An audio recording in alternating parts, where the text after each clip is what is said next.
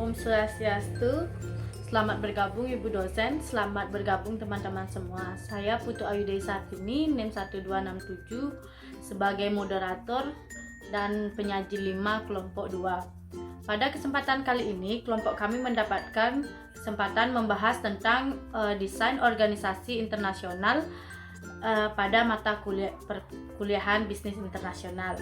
Untuk mempersingkat waktu, mari kita simak penyaji pertama. Terima kasih moderator atas kesempatan yang diberikan. Perkenalkan, nama saya Kadek Denis Hendra Utama, NIM 1817051304. Di sini saya sebagai penyaji pertama akan menyajikan materi terkait dengan pengertian desain organisasi. Desain organisasi merupakan pola keseluruhan komponen struktural dan konfigurasi yang digunakan untuk mengelola organisasi secara keseluruhan. Desain yang tepat untuk setiap organisasi yang diberikan tergantung pada ukuran perusahaan, strategi, teknologi, dan lingkungan serta budaya negara di mana perusahaan itu beroperasi. Ada juga beberapa ahli yang mendefinisikan pengertian desain organisasi. Yang pertama, menurut Wisnu dan Nurhasana, desain organisasi merupakan sebuah proses memilih dan mengelola aspek-aspek struktural dan kultural yang dilakukan oleh para manajer sehingga organisasi mampu mengendalikan kegiatan apa saja yang perlu dilakukan untuk mencapai tujuan perusahaan. Yang kedua, ada Ivan Šević yang mendefinisikan desain organisasi sebagai proses penentuan keputusan untuk memilih alternatif kerangka kerja jabatan, proyek-proyek pekerjaan, dan departemen. Yang selanjutnya ada Griffin yang menyatakan bahwa desain organisasi merupakan keseluruhan rangkaian elemen-elemen struktural dan hubungan di mana elemen-elemen tersebut digunakan untuk mengelola organisasi secara total. Yang selanjutnya ada Dalton E. McFarlane mengatakan desain organisasi dikatakan struktur organisasi memperlihatkan satuan-satuan organisasi, hubungan-hubungan, dan saluran-saluran wewenang dan tanggung jawab yang ada dalam organisasi. Dari uraian tersebut dapat disimpulkan bahwa desain organisasi merupakan proses di mana seorang manajer atau pimpinan organisasi membuat pilihan untuk memutuskan desain struktur organisasi di mana dan atau bagaimana yang akan digunakan. Struktur organisasi juga dapat dikatakan sebagai suatu pola jaringan hubungan antara berbagai macam jabatan dan para pemegang jabatan. Dengan kata lain, desain organisasi berkaitan dengan keputusan manajemen dan tindakan yang dihasilkan pada suatu struktur organisasi tertentu. Perusahaan tidak dapat berfungsi dengan baik apabila kecuali berbagai komponen struktur dirancang dengan tepat. Melalui desain organisasi, perusahaan melakukan 4 hal. Yang pertama, perusahaan akan mengalokasikan sumber daya organisasi. Yang kedua, perusahaan menetapkan tugas untuk karyawannya. Yang ketiga, perusahaan memberitahu pada karyawan tentang aturan dan prosedur yang berlaku di perusahaan dan harapan perusahaan terhadap kinerja karyawannya. Yang keempat, perusahaan akan mengumpulkan dan mengirimkan informasi yang diberikan untuk memecah masalah, membuat keputusan, dan pengendalian organisasi yang efektif. Desain global yang diadopsi oleh setiap perusahaan harus berurusan dengan kebutuhan untuk mengintegrasikan 3 jenis pengetahuan guna bersaing secara efektif dalam lingkungan bisnis internasional, yaitu yang pertama, area pengetahuan. Manajer harus memahami kondisi budaya, komersial, sosial, dan ekonomi negara tuan rumah pada setiap pasar di mana perusahaan melakukan bisnis. Yang kedua, pengetahuan produk. Manajer harus memahami faktor-faktor seperti tren teknologi, tuntunan pelanggan, dan persaingan yang mempengaruhi perusahaan dalam memproduksi dan menjual produknya. Dan yang terakhir, pengetahuan fungsional. Manajer harus memiliki akses ke rekan kerja dengan keahlian dan fungsi dasar sebagai bisnis seperti produksi, pemasaran, keuangan, akuntansi, manajemen sumber daya manusia, dan teknologi informasi. Baik, sekian presentasi yang dapat saya sampaikan. Saya kembalikan ke moderator. Terima kasih moderator atas kesempatan yang diberikan kepada saya. Saya Kemang Wisnuwardana, NIM 181705156. Saya selaku penyaji kedua akan menjelaskan tentang bentuk-bentuk desain organisasi global. Perusahaan multinasional biasanya mengadopsi salah satu dari 3 filsafat manajerial yang membimbing pendekatan mereka untuk fungsi-fungsi tersebut. sebagai desain organisasi dan pemasaran. 3 pendekatan yang digunakan dalam desain organisasi internasional yaitu yang pertama adalah pendekatan etnosentris, digunakan oleh perusahaan-perusahaan yang beroperasi secara internasional dengan cara yang sama mereka lakukan di dalam negeri. Kemudian ada pendekatan polisentris. Pendekatan polisentris digunakan oleh perusahaan yang menyesuaikan operasi mereka untuk setiap pasar asing yang mereka layani. Kemudian yang ketiga ada pendekatan geosentris, digunakan untuk perusahaan yang menganalisis kebutuhan pelanggan di seluruh dunia. Kemudian itu saja pemaparan materi dari saya. Selanjutnya saya akan serahkan ke penyaji berikutnya. Terima kasih. Baik, terima kasih atas waktunya. Perkenalkan, nama saya Nika Udiantari, NIM 1817051172. Di sini saya sebagai penyaji ketiga ingin mempresentasikan materi tentang bentuk umum dari desain organisasi global. Nah, desain organisasi global ini memiliki 5 bentuk umum. Yang pertama yaitu desain produk global. Nah, desain produk global adalah desain yang menyediakan beberapa potensi keunggulan kompetitif. Nah, adapun 2 keunggulan kompetitif yang terdiri di dalamnya yaitu divisi berfokus pada satu produk, yang kedua yaitu memfasilitasi efisiensi dalam produksi. Nah, selain keunggulan yang dimiliki, desain ini juga memiliki kelemahan. Kelemahannya yaitu mendorong terjadinya biaya duplikasi yang mahal. Nah, yang kedua, desain area global. Desain area global adalah desain yang digunakan oleh perusahaan yang produknya susah dipindah tangankan. Nah, desain ini berguna dalam perusahaan di mana strategi pemasarannya didasarkan pada efisiensi manufaktur.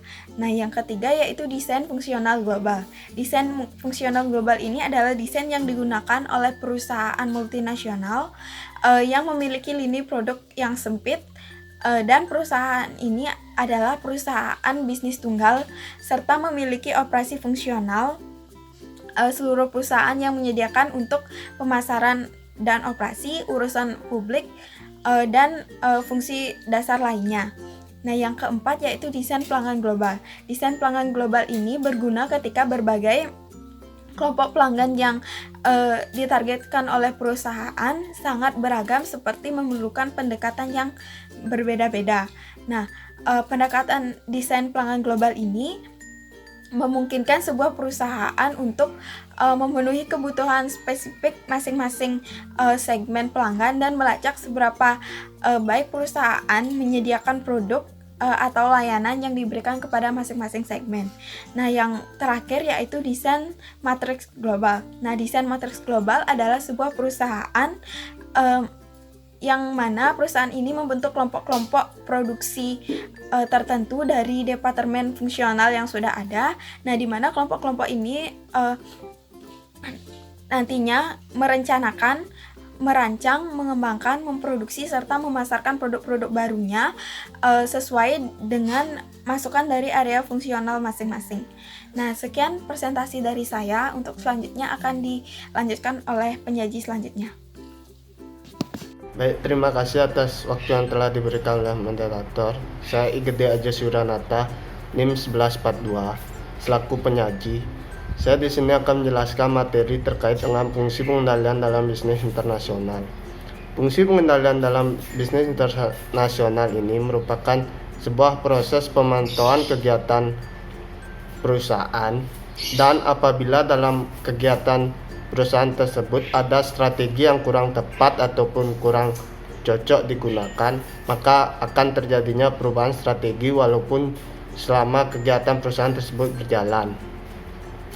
Tujuan perubahan strategi ini adalah untuk membuat kinerja perusahaan tersebut agar tetap stabil dan selalu mengarah ke tujuan perusahaan tersebut. Dalam sebuah perusahaan multinasional, di sana strategi yang digunakan itu sangat kompleks, sehingga dalam penerapan strategi tersebut dibutuhkan yang namanya koordinasi. Di mana koordinasi yang akan terjadi ini akan lebih kompleks antar divisi yang satu dengan divisi yang lain dan membuat saling ketergantungan antar divisi tersebut. Koordinasi ini timbul akibat adanya struktur atau hierarki organisasi perusahaan dan desain organisasi. Struktur atau hierarki organisasi perusahaan inilah yang akan membuat saling ketergantungan antar divisi yang satu dengan yang lain dan akan mendorongnya terjadinya koordinasi. Koordinasi yang terjadi ini bisa dari divisi satu yang dengan divisi yang lain ataupun ke direktur. Dalam sebuah pengendalian bisnis internasional itu memiliki 3 tingkat, yaitu pengendalian strategis, pengendalian organisasional, dan pengendalian operasional. Pengendalian strategis ini ditujukan untuk memantau seberapa baik perusahaan dalam merencanakan dan merumuskan sebuah strategi yang nantinya digunakan dalam sebuah bisnis internasional dan bagaimana dalam pengimplementasiannya, apakah sudah efektif atau belum, yang nantinya akan ditinjau lebih lanjut. Yang kedua ada pengendalian organisasional. Pengendalian organisasional ini lebih berfokus terhadap desain organisasi, di mana dengan adanya desain organisasi yang jelas dapat membuat semua hubungan terkait pelaporan dan memfasilitasi arah koordinasi tersebut menjadi lebih baik. Dan dalam hal ini setiap manajer mempunyai peran yang penting dalam mengatur saluran komunikasi dan pengambilan keputusan perusahaan tersebut. Yang ketiga ada pengendalian operasional. Pengendalian operasional ini merupakan pengendalian yang lebih berfokus terhadap operasi dan sistem yang ada dalam perusahaan tersebut. Dalam hal ini, operasi yang dilakukan oleh perusahaan tersebut apakah sudah efisien dalam melakukan proses operasi tersebut ataukah belum, serta biasanya sistem pengendalian operasi ini dibutuhkan pada perusahaan manufaktur terkait dalam bidang distribusi dan bidang administrasi. Terima kasih penyaji sebelumnya. Saya Putu Ayu Dewi saat ini NIM 1267 sebagai penyaji kelima. Di sini saya akan memberikan materi fungsi pengendalian dalam bisnis internasional, di mana dalam bisnis internasional sistem pengendalian dibagi menjadi 4 langkah dasar yang nantinya akan mempengaruhi suatu fungsi pengendalian dalam bisnis internasional. Adapun 4 langkah yang dimaksud adalah menetapkan standar pengendalian kinerja, menetapkan ukuran kinerja aktual, dan membandingkan kinerja terhadap standar, dan yang terakhir adalah menanggapi penyimpangan. Pada langkah menetapkan standar kinerja, yaitu menetapkan acuan dalam sebuah kinerja agar nantinya pengendalian dapat berjalan lancar. Dalam konteks ini biasanya ditetapkan sebagai acuan untuk mengenai target yang diinginkan. Dalam menetapkan standar pengendalian kinerja, perusahaan diharapkan bersifat objektif dan sesuai dengan tujuan perusahaan. Selanjutnya yaitu menetapkan ukuran kinerja aktual. Dalam menetapkan kinerja aktual, yaitu menciptakan sistem pengendalian bisnis internasional harus dapat mengembangkan ukuran komponen yang sesuai dengan tujuan perusahaan yang terdapat dalam tiap unit bisnis agar nantinya kinerja dapat dikendalikan. Selanjutnya yaitu membandingkan kinerja terhadap standar. Dalam langkah ini di mana dilakukan perbandingan antara acuan mengenai target perusahaan atau komponen kinerja perusahaan yang diinginkan oleh perusahaan dengan dibandingkan dengan kinerja yang dapat diukur dalam mencapai tujuan perusahaan.